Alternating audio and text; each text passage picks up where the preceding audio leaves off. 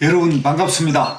항상 한 수도 아니고 두 수 앞을 보는 정치전략가 김두수입니다. 오늘은 자유한국당이 꺼내던 필리버스터 과연 성공할 것인지 실패할 것인지 알아보겠습니다.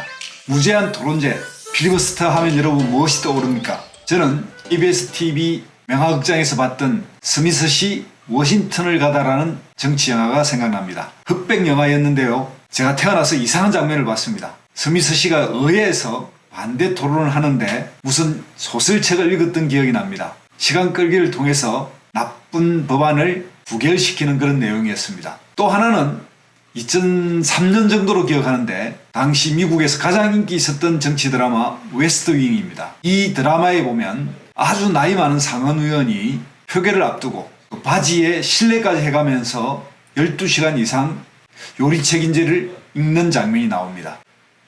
이 상원 의원이 불치병 소녀 그 환자의 정책과 관련된 문제라는 것을 알고서 대통령이 나서서 상원 의원을 설득해서 필리버스터를 중단시키는 그런 정치 드라마였습니다.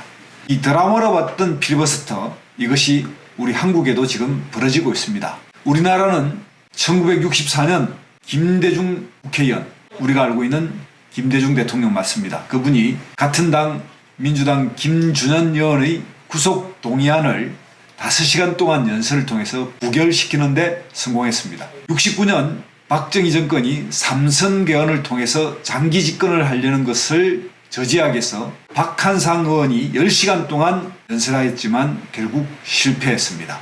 유신 헌법을 바꾼 박정희 정권은 73년 의사진행반원의 시간을 5분, 7분 이렇게 제한함으로써 필리버스터가 없어졌다가 2012년 국회 선진화법을 통해서 부활했습니다.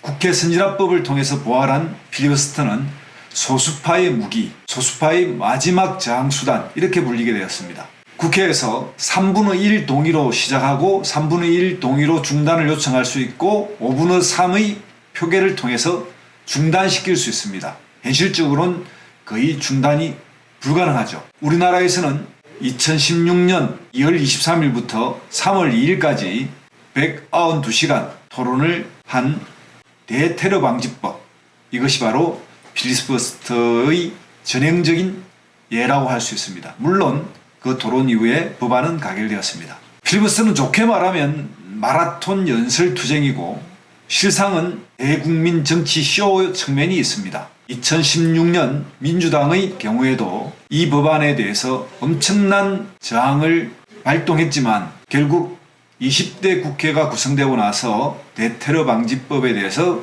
폐지나 수정의 노력이 없었습니다.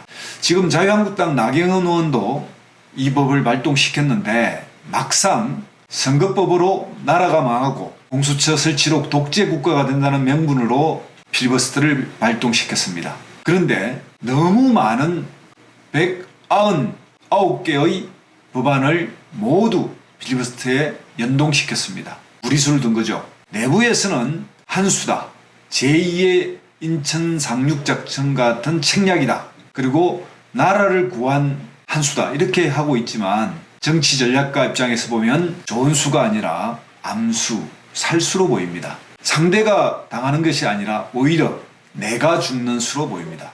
그 이유를 제가 지금부터 말씀드려 보겠습니다. 첫째, 내년 선거까지 총 2만 시간을 동원해서 20대 국회를 끝내고 이 법안을 저지시키겠다는 그런 발상인데 강경 가격파의 생각을 그대로 원내대표가 실행한 걸로 보입니다. 실제 이 국회법은 12월 10일 종결되고 임시국회에서는 또 표결로 올라갈 수밖에 없습니다. 둘째, 상대를 골라도 너무 잘못 골랐습니다. 필리버스터가 국민을 대상으로 하는 것인데 이게 민주당을 너무 적대하다 보니까 생긴 것 같아요. 민식이법이라고 지금 알려져 있는 어린이 안전 관련 법안에 대한 국민적 여론이 자유한국당 편이 아닙니다. 그래서 시간이 지나면 지날수록 여론전에서 패배할 가능성이 아주 높습니다. 세 번째, 지금까지 선거법에 관련된 일진일퇴, 지난번 유튜브에서도 말씀드렸다시피 국민들은 여야 합의 처리가 그래도 좋다라고 생각하고 있습니다. 그런데 자유한국당이 이번에 민주당에 명분을 주어버렸습니다. 법은 민심과 여론의 추이에 따라서 변하는 것입니다.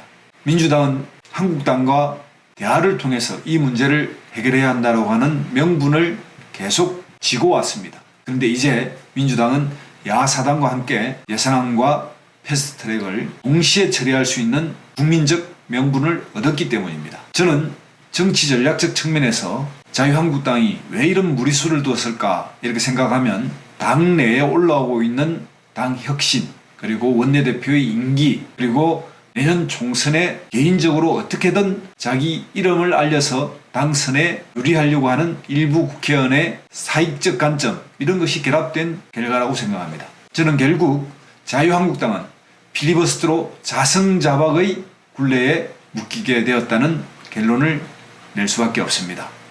오늘은 여기까지입니다.